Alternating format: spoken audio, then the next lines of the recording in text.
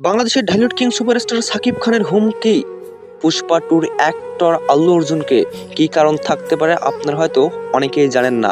আপনারা যারা জানেন না তারা ফুল ভিডিও দেখতে পারেন, তাহলে বুঝতে পারবেন যে কারণে হুমকি দিয়েছেন ঢালিউড কিং সুপারস্টার সাকিব খান। বিশ্বে তোলপাড় সৃষ্টিকারী মুভিটি হচ্ছে পুষ্পা টু। হ্যাঁ, সাউথ ইন্ডিয়ান আল্লু অর্জুনের বানানো পুষ্পা টু। অ্যাক্টর ছিলেন আল্লু অর্জুন। এতটা জনপ্রিয় হয়েছেন এই পুষ্পা টু যা আপনাদের আমাদের কল্পনার বাহিরে। হ্যাঁ, আপনারা অনেকেই কল্পনা করতে পারবেন না এতটা জনপ্রিয় হয়ে গেল কিভাবে পুষ্পা টু। এর আগেও কিন্তু অনেক জনপ্রিয় ছিল পুষ্পা ওয়ান, তারপর পরে আসছে Pushpa two. Pushpa two release নিয়ে নানান জনের মাথা ব্যথা শুরু হয়ে গিয়েছে। পুষ্পা টু রিলিজ হতে না হতেই 900 কোটি টাকা আয় করেছেন পুষ্পা টু থেকে। হ্যাঁ, এ নিয়ে সহ্য করতে পারতেছেন না পুরো পৃথিবীবাসী। তাই তো এবার তার পিছনে লেগেছেন বিভিন্ন দেশের বিভিন্ন অ্যাক্টর, কিন্তু কোন কাজ কি তারা করতে পারবে? তারা যদি কোনো কাজ করে দেখাতে পারে তাহলে অবশ্যই আপনারা কমেন্টে জানাবেন। তবে হ্যাঁ, সকল দর্শকদের মন্তব্য একটাই, কেন সহ্য করতে পারেন না সাকিব খান? তার সঙ্গে কি সম্পর্ক থাকতে পারে আল্লু অর্জুনের এবং পুষ্পা টুর? হ্যাঁ, সাকিব খান তো বিভিন্ন মুভি রিলিজ করেছেন, তার দরদ মুভি থেকে আয় করেছেন বেশ কয়েকশো কোটি টাকা। তা নিয়ে কোনো মাথা ব্যথা ছিল না সাউথ ইন্ডিয়ান অ্যাক্টর আল্লু অর্জুনের।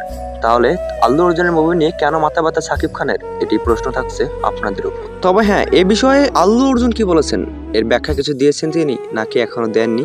কিভাবে আপনারা বুঝতে পারবেন? আপনারা অনেকে জানেন রিলিজ করাতে গিয়েছিলেন পুষ্পা, পরপরেই তিনি জানতে পারেন বাংলাদেশ থেকে হুমকি গিয়েছে পুষ্পা চলবে না বাংলাদেশে। তারপর রেগে যান আল্লু অর্জুন।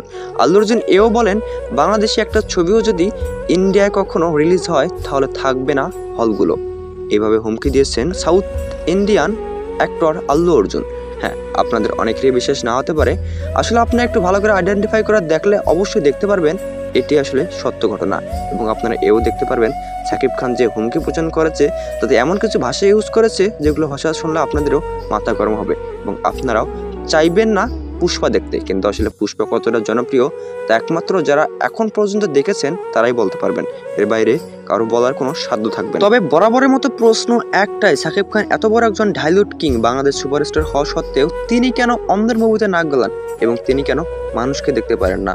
আপনারা অনেকেই জানেন যারা মানুষকে দেখতে পারেন তাদেরকে আল্লাহ পছন্দ করে না, এবং যারা মানুষকে হিংসা করে তাদের কখনো উন্নতি হয় না। তাহলে আপনারা অবশ্যই বুঝতে পারতেছেন মানুষের আসলে ক্ষতি চাইলে নিজের ক্ষতি হয়, একথা কে না জানে, তবুও কেন তিনি এরকম করেন একমাত্র উপরওয়ালাই বলতে পারে। তবে হ্যাঁ, সাকিব খানকে আসলে এরকম কিছু বলেছেন কখনোই না। যতদূর পর্যন্ত জানা গেছে সাকিব খান এরকম কিছুই বলেননি। কিছু আলতু ফালতু দর্শকরা এরকম কিছু গুজব ছড়াচ্ছে। তবে হ্যাঁ, আপনারা একটা কথা সবসময় মাথায় রাখবেন, মানুষের কথা কখনো অতি তাড়াতাড়ি বিশ্বাস করবেন না, কারণ মানুষ সবসময় মিথ্যা বলে, সত্য না।